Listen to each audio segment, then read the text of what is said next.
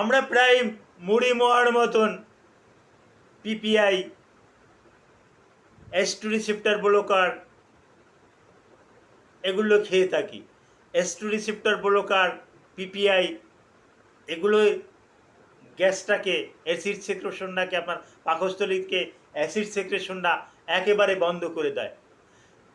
তো hydrochloric acid, এই অ্যাসিডটাকে যদি বন্ধ করে দেয় পিপিআই, তাহলে আপনি যে খাবার দাবার খেলেন এটা হজম হবে কিতে, এটা ডাইজেস্ট করবে কে? ডাইজেস্টের আর কোনো বিকল্প পথ আপনার আর থাকলো না। এভাবে দীর্ঘদিন করতে থাকলে আপনি দুরারোগ্য ব্যাধিতে আক্রান্ত হবেন, যার পরিপ্রেক্ষিতে আমরা এই পিপিআই ওষুধগুলো এখন খেতে উৎসাহিত করি না, এবং যদি একান্ত প্রয়োজন হয় 10 দিন, 12 দিন, 15 দিন, এর বেশি দিচ্ছি না। আপনিও এর বেশি খাবেন না। Thank you all.